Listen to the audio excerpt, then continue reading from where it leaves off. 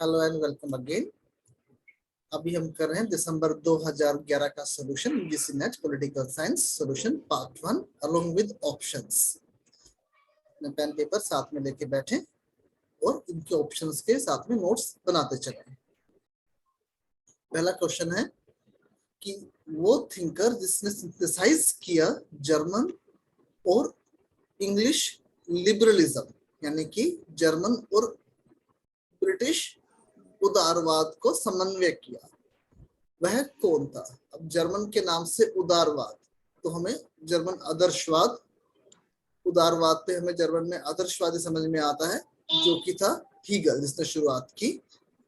और इंग्लिश का लिटरेचर किया था उदारवाद का जॉन लॉक। अब इनको समन्वय करने वाला कौन था? इनकी सही ऑप्शन है, मैं सिर्फ सही ऑप्शन पे ही बताता चलता हूँ, वो है बर्नार्ड बोसांके। Option A. कैसे किया था इन्होंने, साथ नोट कर ले। इनका सोशल और पॉलिटिकल फिलोसफी है, उसे आदर्शवाद कहा जाता है, आइडियलिस्ट कहा जाता है, क्योंकि वो कहते हैं कि जो सोशल कि जो हमारे इंस्टीट्यूशंस के अंदर सामाजिक संबंध है, रिलेशंस हैं, वो सिर्फ मटेरियल फिनोमिना नहीं है, यानी कि सिर्फ वो भौतिक पदार्थों से ही संबंध नहीं रखते हमारे संबंध जो है संस्थाओं के अंदर में, मगर उनका संबंध हमारी कॉन्शियसनेस यानी कि चेतना से है। और चेतना यानी कि Hegel, everything is real is rational and rational is real. अब इसमें थोड़ा सा और समझा देता हूं मैं। हीगल ने कहा था आइडियलिटी ऑफ द फाइनाइट, यानी कि आदर्शवादिता फाइनाइट। एक होता है इन्फिनिट और एक होता है फाइनाइट। फाइनाइट यानी कि निश्चित, और उसकी आदर्शवादिता यानी कि जो कुछ भी है वो उसका आदर्श स्वरूप क्या हो सकता है, उसके बारे में हीगल ने लिखा है। वाद प्रतिवाद संवाद की तरीके से जो हर चीज अपना रूप चेंज करती जाती है, तो उनका आदर्श स्वरूप क्या होता है, इसके बारे में हीगल ने लिखा है। अब इसको आदर्शवादियों ने इंटरप्रेट ऐसे किया है कि जो भी चीज आदर्शवाद फाइनाइट यानी कि निश्चित रूप से कही जाती है इज नॉट रियल, और इसको हम रियल का ऑपोजिट कहते हैं, यानी कि वो चीज रैशनल है। आदर्शवादियों ने इसको इस तरीके से इंटरप्रेट किया, फाइनाइट यानी कि रियल नहीं है, और वो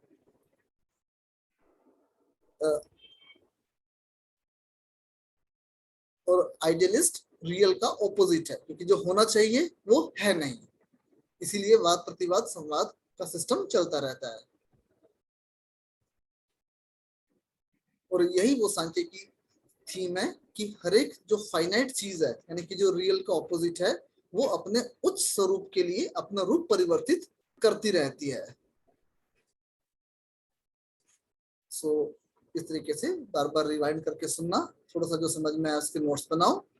यानी कि बेसिक बात, बर्नार्ड बोसांके ब्रिटिश ने उनके उदारवाद और हीगल के आदर्शवाद वाद प्रतिवाद संवाद का संश्लेषण करके एक नई थीम प्रस्तुत की। अगले जो ऑप्शंस हैं वो है होब हाउस। अब इनके बारे में नोट करते चलें। क्या है होब हाउस? अब होब हाउस एक विचारक हैं कि ये अपने खुद की डेवलपमेंट की लिबर्टी में विश्वास रखते हैं, यानी कि आजादी में विश्वास रखते हैं, स्वयं की डेवलपमेंट करने की आजादी मिले और अपनी खुद की डेवलपमेंट हो, इसकी आजादी मिले, और जिससे कॉमन गुड यानी कि सभी का भला हो। ये भी आदर्शवाद का ही रूप है, लेकिन ये आदर्शवाद राज्य के आदर्शवाद से थोड़ा सा अलग है। जो वो आदर्शवाद है हीगल का, बर्नार्ड बोसांके का, वो कॉमन गुड के लिए जो स्टेट सबसे उच्च स्वरूप वो राज्य पे ले जाते हैं, लेकिन जो होब हाउस है ये कहते हैं कि हमें अपना तो भला करना है, साथ में पूरे कॉमन गुड भी करना है, लेकिन इसका निर्धारण करने का अधिकार होब हाउस राज्य को नहीं देते। इसके बारे में थोड़ा सा विचार करना, लेकिन इसके बारे में आप नोट कर लो कि होब हाउस लिबरल विचारक हैं, खुद के भला खुद की आजादी करना प्रथम कर्तव्य मानते हैं, लेकिन खुद की आजादी कॉमन गुड से रिलेट होनी चाहिए। हिंदी में इसको ऐसे लिख लें। फिर अगला है D.H. कोल्ट। ये हैं एक हमारे सोशलिस्ट विचारक, फेबियन सोसाइटी यानी कि फेबियन समाजवादी सोशलिस्ट, यानी कि क्या होना चाहिए, आदर्शवादी समाजवादी विचारक है। कैसे हैं? आदर्शवादी समाजवादी विचारक है कि क्या होना चाहिए, लेकिन कैसे होना चाहिए इसके बारे में ये थोड़े से मौन रहते हैं। और इनका जो कंसेप्ट है जो समाजवादी उन्होंने दिया है वो है guild socialism, GUILD, guild socialism. इसके बारे में सर्च करके डिस्कस करना कि गिल्ड सोशलिज्म असल में क्या चीज होती है, गूगल सर्च करके बताना है इसके बारे में। फिर चौथी ऑप्शन इसमें TH ग्रीन, यानी कि थॉमस एन ग्रीन 1836 से 1882, जिन्होंने ये कहा था कि व्यक्ति की चेतना स्वतंत्रता चाहती है, स्वतंत्रता के लिए अधिकार चाहिए और अधिकारों की रक्षा के लिए राज्य आवश्यक है। दूसरी TH ग्रीन की कोटेशन है कि जिस प्रकार क्रूरता के अभाव का मतलब सुंदरता नहीं होता, जिस प्रकार खराब सेहत ना होने का मतलब बिल्कुल बढ़िया बॉडी बिल्डिंग नहीं होता, इसी प्रकार बंधनों के ना होने का मतलब स्वतंत्रता नहीं होता। यानी कि स्वतंत्रता सही कानूनों का अपनी इच्छा से पालन करने का नाम ही स्वतंत्रता है। पॉजिटिविज्म आदर्शवादिता, इससे हमें समझ में आता है कि TH ग्रीन क्या है, आदर्शवादी विचारक हैं। तो इनके जो विचार हैं सोशल लिबरलिज्म समाजवादी हैं, उदारवादी हैं, आदर्शवादी हैं, और ब्रिटिश आइडियलिज्म आदर्शवाद में विश्वास रखते हैं। यानी कि हीगल का British idealism model, Samajwadi idealism model TH green ने प्रस्तुत किया था 18वीं सेंचुरी के अंदर। अब इसमें कहते हैं कि ये विश्वास करते हैं कि हमारे अंदर कुछ भी काम करने की पावर होनी चाहिए, एबिलिटी होनी चाहिए, वो करें, लेकिन वो तर्क से होने चाहिए कि जो औरों के लिए अच्छा है वो हमारे खुद के लिए भी अच्छा हो। ग्रीन की पॉलिटिकल सिस्टम एक एथिकल सिस्टम, क्या न्याय संगत है, एथिकल है, यानी कि अधिकार राज्य संविधान कर्तव्य एथिकल सिस्टम के अकॉर्डिंगली बिलीव करती हैं। तो कोटेशंस को अपनी डायरी के अंदर नोट कर लेना। अगला क्वेश्चन कि पॉलिटिकल रियलिज्म का कौन सा विचारक नहीं है? केनेथ वाल्स ये है, ये नियो रियलिस्ट है, आदर्शवाद और यथार्थवाद और नव यथार्थवाद।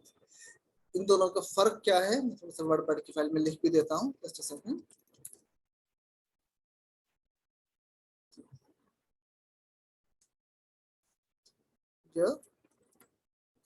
यथार्थवाद ये कहते हैं कि जो राज्य की केवल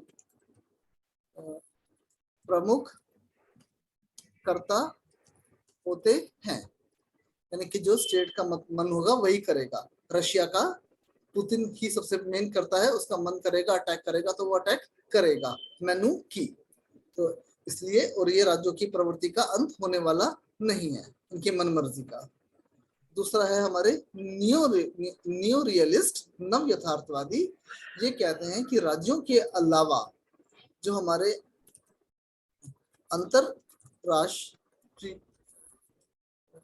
अंतरराष्ट्रीय संगठन है ये भी एक प्रमुख करता है। यानी कि अगर रशिया ने अटैक कर भी दिया है तो इसमें नाटो आ गया, यूनाइटेड नेशंस आ गया, यूरोपियन यूनियन आ गया, ये भी उसको सपोर्ट कर रहे हैं ताकि तुम फाइट कर आगे से। दूसरे नाटो ने स्वीडन और फिनलैंड को अपनी संगठन दे दी। तो ये भी यथार्थवाद के अंदर में काफी प्रमुख रोल प्ले करते हैं, लेकिन साथ में यही मानते हैं कि राज्य अभी भी अंतरराष्ट्रीय राजनीति के प्रमुख कर्ता बने रहेंगे, लेकिन वो साथ में जो और संस्थाएं हैं इनको भी प्रमुख स्थान देते हैं। तो इनका मतलब बेसिकली रियलिस्ट और नियो रियलिस्ट विचारों का मतलब क्लियर हो गया? इतना दोनों में फर्क क्या है, क्लियर है? Yes sir. अब केनेथ वाल्स नियो रियलिस्ट हैं, यानी कि अंतरराष्ट्रीय संगठनों में विश्वास करते हैं। नॉर्मन एंजल ये इनका मुझे ध्यान नहीं, लेकिन ये रियलिस्ट विचार से ही है। मर्गनथाउ ट्रूली रियलिस्ट हैं, यथार्थवादी हैं। इनके 6 प्रिंसिपल्स इनके कंठस्थ होने चाहिए नेट के एग्जाम देने से पहले।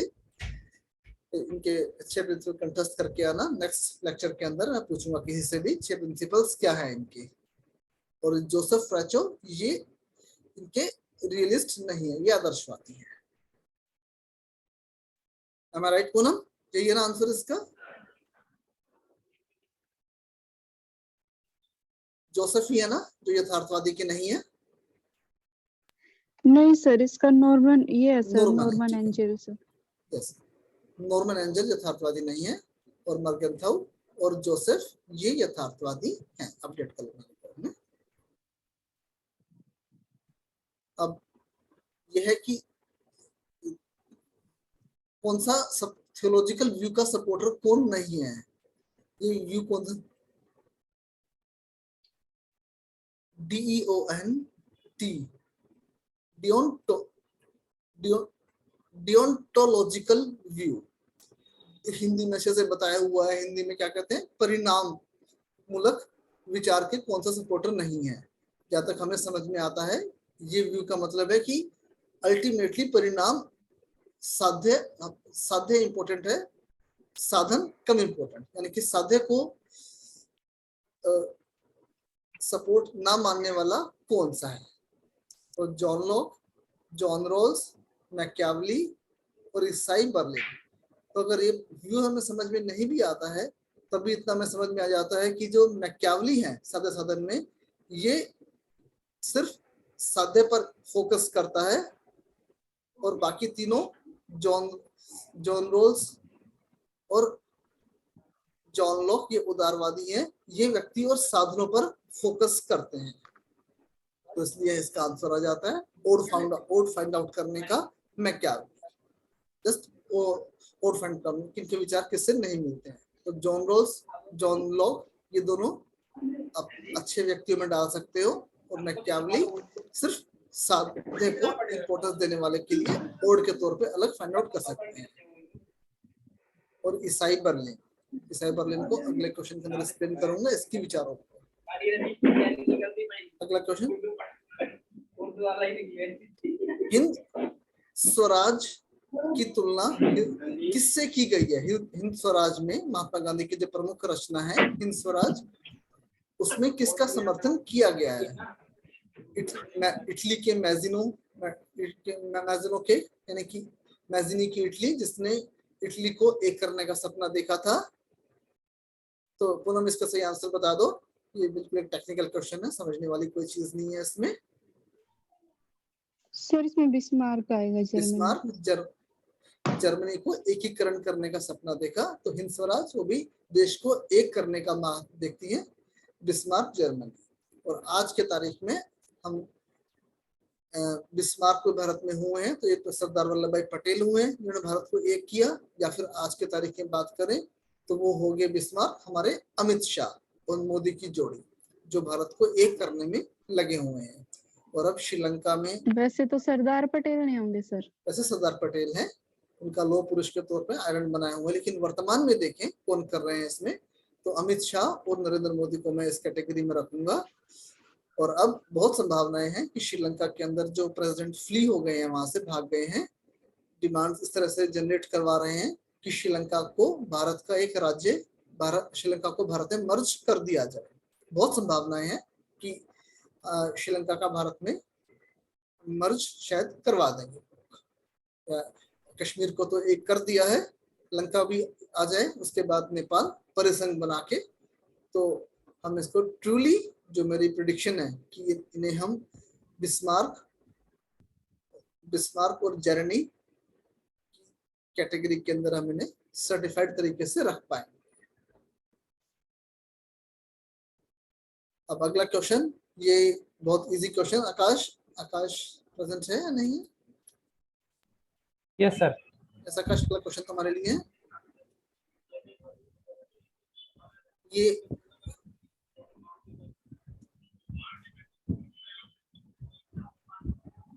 राजनीतिक विकास का कौन सा सूचक नहीं है?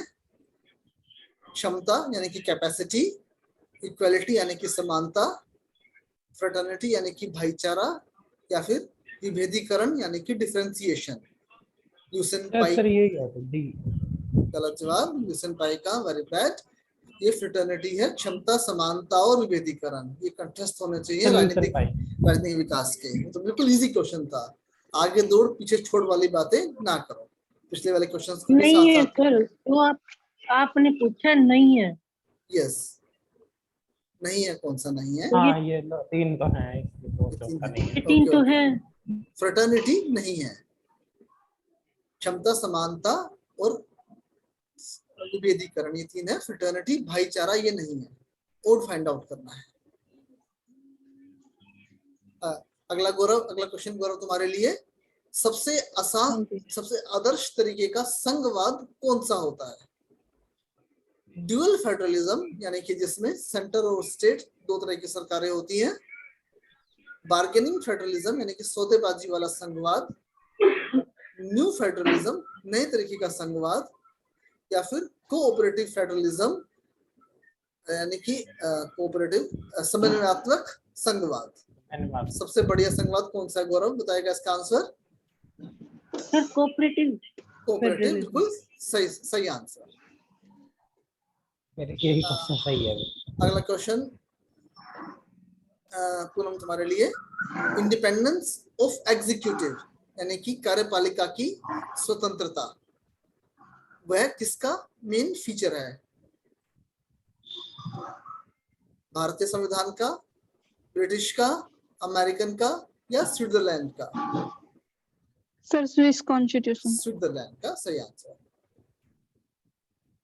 अगला क्वेश्चन मैं सॉल्व करता हूं, क्योंकि किसने कहा था कि प्रॉपर रेवोल्यूशन एक ऐसा होना चाहिए जो सिर्फ राजनीति से संबंधित रहे और ना कि सोशल समाज से, यानी कि क्रांति ऐसी हो जो क्रांति ऐसी हो, यानी कि वो समाजवादी क्रांति की बात कर रहे हैं, राजनीतिक क्षेत्र में रहे लेकिन समाज में ना जाए, यानी कि समाज में सब हर गरीब लोग अमीरों को अपना दुश्मन समझना ना शुरू कर दें, यानी कि जैसे हमारा 1967 में नक्सलवादी आंदोलन हुआ था, इस तरह से ना हो। जैसे कि एंटोनियो ग्राम्सी ने कहा था कि हमें क्रांति को आगे तक लेके जाना है, लोगों की हर जहन में लेके जाना है, ये उसके विरोध बात करते हैं। क्रांति तो करनी है लेकिन लोगों में इसको पूरी तरीके से ऐसी भावनाएं नहीं पनपने देना है अच्छे तरीके से। तो इसका आंसर है जी गुबारा, ये हैं क्यूबा के हुए थे, 1928 में पैदा हुए थे, और पैदा तो किसी और देश में हुए थे लेकिन इनका जो कार्य क्षेत्र था वो क्यूबा में था, और 1957 के अंदर इन्होंने वहां पर जो कम्युनिस्ट क्रांति हुई थी उसके अंदर मेन रोल प्ले किया और कास्त्रो को वहां का राष्ट्रपति बनाया, और इन्होंने ही वहां पर सब चीजों का राष्ट्रीयकरण, जो प्रो कम्युनिस्ट मॉडल होता है, गरीबों को जमीन देना, एजुकेशन प्रोवाइड करवाना, इनका मेन कार्य था। लेकिन उसके बाद में ये और देशों के अंदर भी कम्युनिस्ट क्रांतियां कराने के लिए इनका गए, काफी काम किया, और फिर बोलीविया के अंदर में ये 1967 में गए थे। लेकिन बोलीविया लैटिन अमेरिका का एक कंट्री है, वहां पर अमेरिका की CIA ने, क्योंकि क्यूबा तो अमेरिका का दुश्मन है, 1962 में क्यूबा ने रशिया की मिसाइल्स वहां पर तैनात करवा दी थी, और मिसाइल्स तैनात करवाने के अंदर भी ये ची गुबारा का काफी बड़ा रोल था। तो दुश्मन मानते थे 62 में, तो 67 में अमेरिका की CIA ने बोलीविया में क्रांति करवाने के लिए वहां पर गए थे, इनको पकड़ के कत्ल करवा दिया इनका 1967 के अंदर में। तो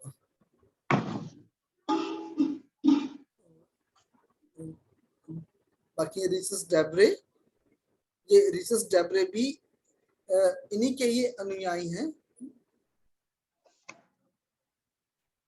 इसका मैंने नोट किया तो था, गायब हो गया, लेकिन रिचस डेब्रे भी इन्हीं के थे, और ये अभी 2002 शायद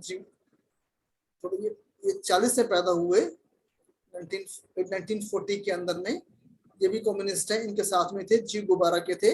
1967 में बोलीविया के अंदर में ये भी इनके साथ में थे, और रिचस डेब्रे को अमेरिका ने 30 इयर्स की जेल कर दी थी। अब उसके बाद में तो खैर बाहर आ गए, और अभी इस वक्त शायद जीवित भी हैं रिचस डेब्रे, और काफी आर्टिकल्स वगैरह लिखते रहते हैं। कब बाहर आए ये मुझे नहीं पता।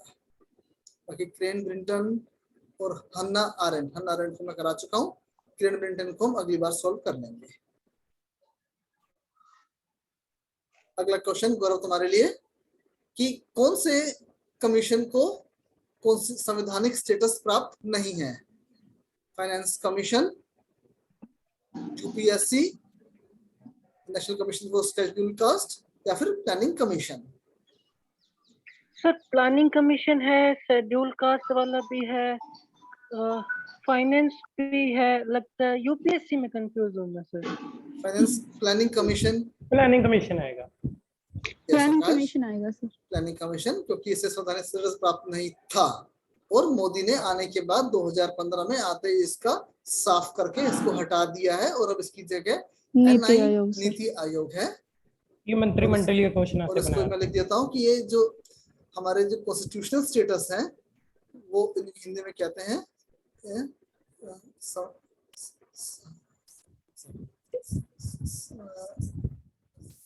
संविधिक, संवैधानिक से बने हैं संविधिक स्टेट, नॉट संवैधानिक, इन्हें संविधिक स्टेटस कहते हैं। तो इसका मतलब ये है कि ये इनका दो अर्थों में लिया जाता है। देखिए इसमें समझने के लिए एक होता है लॉ और एक होता है कॉन्स्टिट्यूशन। लॉ का मतलब सारे कानून और कॉन्स्टिट्यूशन लॉस का वो पार्ट है जिसमें जो हमारे सेंटर, स्टेट और जो बाकी रूल करने वाली बॉडीज हैं इनकी पावर्स को डिफाइन किया जाता है कि कौन सी शक्ति किस में रहेगी। वो है कॉन्स्टिट्यूशन, यानी कि पावर्स को डिफाइन करना अलग अलग संस्थाओं और कार्यपालिका, न्यायपालिका, कार्यपालिका के भी सभी चीजों का। अब इसके रिगार्डिंग जो संस्थाएं बनाई थी संविधान के बनाने के दौरान में, इलेक्शन कमीशन, यूपीएससी, ये सारे उस टाइम में बनाए गए थे, इनको कॉन्स्टिट्यूशन स्टेटस दिया जाता है।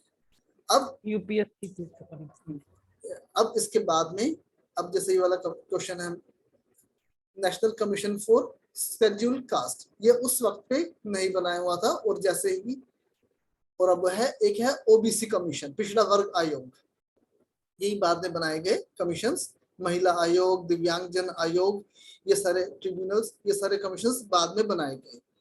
अब इनको नाम दिया गया STATUTORY, स्टैट्यूटरी स्टेटस। एक हो संवैधानिक स्टेटस और दूसरा है स्टैट्यूटरी स्टेटस, ये उससे नीचे के लेवल पर होते हैं।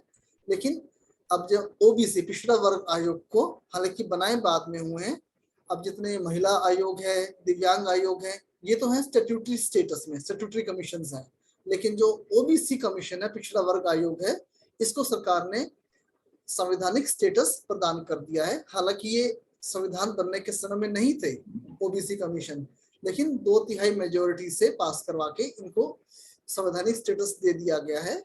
अब इसमें क्या होता है कि अगर संवैधानिक स्टेटस प्रदान कर दिया जाए तो इसकी जो पावर्स को कम करने की कैपेसिटी होती है वो फिर संसद के 2/3 मेजोरिटी से, यानी कि जो सेकंड लिस्ट है चेंज करने वाली, सेकंड और थर्ड लिस्ट 7 के अंदर चेंज करने के लिए ज्यादा मेजोरिटी चाहिए और स्टेट से रेटिफाई करवाना पड़ता है, उस कैटेगरी में आ जाते हैं, यानी कि वो ज्यादा स्टेबल हो जाते हैं और उनकी पावर्स बढ़ जाती है। समझ रहे हैं बात को? Yes sir. अगला क्वेश्चन गौरव तुम्हारे लिए कि बेसिक स्ट्रक्चर की संकल्पना कौन से केस ने दी है? 1-4 में से एक केस बताना है। Golaknath case, Minerva Mill case, Kesavananda Bharati case और मेनका गांधी केस। फटाफट। सर केशवानंद भारती। यस, बिल्कुल सही जवाब। कौन से ईयर में हुआ था? ये ध्यान नहीं है 1983 में। और सबसे पहले हुआ था गोलकनाथ केस 1967 में, जिसने कहा था कि संसद जो हमारा संविधान है इसमें संशोधन नहीं कर सकती, संविधान में संशोधन करने की पावर को ही छीन लिया गया था। उसके बाद में ये आया केशवानंद भारती केस जिस 1983 में, जिसने कहा कि कर सकती है लेकिन संविधान के मूल संविधान में संशोधन नहीं कर सकती है, कर सकती है। उसके बाद में 1980 में आया Minerva Mill case, justice Chandrachud ने, नोट करते चल रहा है इसको, 1980 में मिनर्वा मिल केस कि संविधान में संशोधन तो कर सकती है, लेकिन उसके मूल जो बेसिक स्ट्रक्चर है उसमें संशोधन नहीं कर सकती। तो मूल बेसिक स्ट्रक्चर का कंसेप्ट दिया मिनर्वा मिल केस ने 1980 में जस्टिस चंद्रचूड़ ने। और मेनका गांधी केस, ये आप स्टडी करके मुझे बताना ये कब हुआ था और इसमें क्या कहा गया था। कल मैं क्वेश्चन में पूछूंगा। अभी जे गुब्बारा का आ गया, ऊपर नोट किया था, नीचे आ गया ये। अब अगला क्वेश्चन आकाश तुम्हारे लिए कि स्वराज अंग्रेजी सरकार द्वारा दिया हुआ कोई हमें फ्री का गिफ्ट नहीं होगा कि उन्होंने मन क्या गिफ्ट दे दिया। ये भारतीयों की स्वतंत्रता की पूर्ण अभिव्यक्ति होगा। यानी कि स्वराज यानी कि हम गिफ्ट ले रहे हैं, हम अपने हक से हमारा हक है जो हम लेंगे ब्रिटिश सरकार से। ये किसने कहा था? नेहरू ने, राधाकृष्णन, गांधी या मौलाना अबुल कलाम आजाद? महात्मा गांधी ने कहा था। बिल्कुल सही जवाब। अगला क्वेश्चन तुम्हारे लिए कि पॉलिटिकल पार्टी रीजनल पार्टी के तौर पे मान्यता प्राप्त की जाएगी अगर उसने कितने % वोट लिए हो? 6% सर। यस, 6% वोट लिए हो और लोकसभा में या विधानसभा में 4 सीट्स प्राप्त की हो, तब उसे रीजनल पार्टी का स्टेटस दिया जाता है। 6% वोट और 4 सीटें।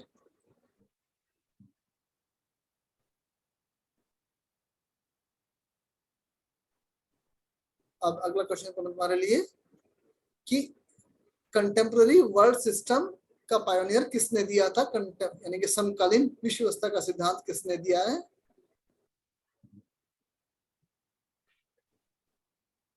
पॉल स्पीजी या इमैनुअल वॉलरस्टीन? किसने दिया है?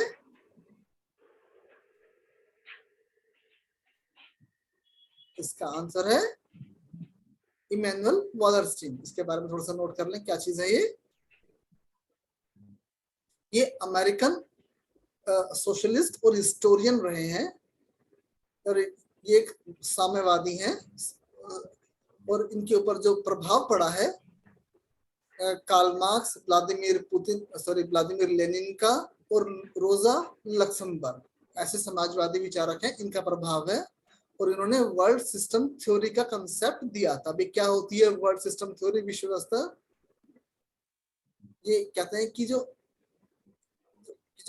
आदर्शवाद है, ये सारे कहते हैं कि मार्क्सवाद, दोनों की आलोचना की है इन्होंने, इमैनुअल वॉलरस्टीन ने। ये कहते हैं कि जो आदर्शवादी विचारक कि जो मार्क्स विचारधाराएं हैं उनके स्थान पर जो इकोनॉमिक फैक्टर्स हैं ये ज्यादा